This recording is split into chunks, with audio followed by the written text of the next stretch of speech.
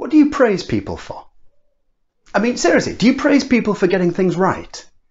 Most of the time, that's what we praise people for.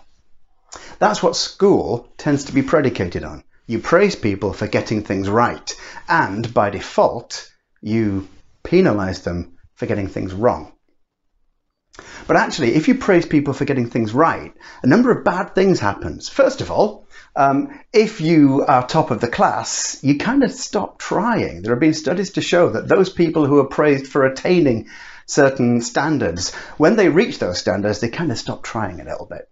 Another thing is, of course, that if you praise people for getting things right, those who don't get them right will feel like failures. This is praising on output.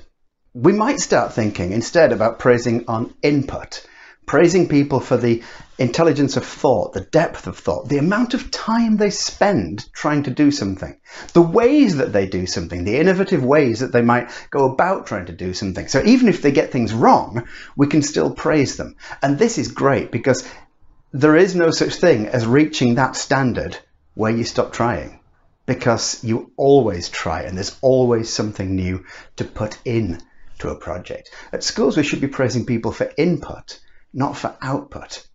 At work, we should be praising people for input, not for output. Stop praising them on the things they get right.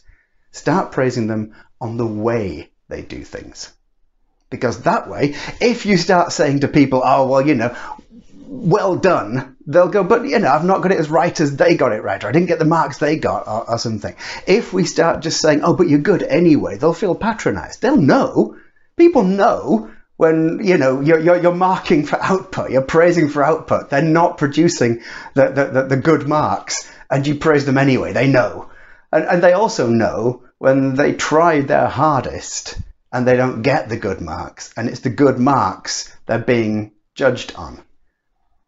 If we judge them on trying their hardest, you'll find that people try even harder.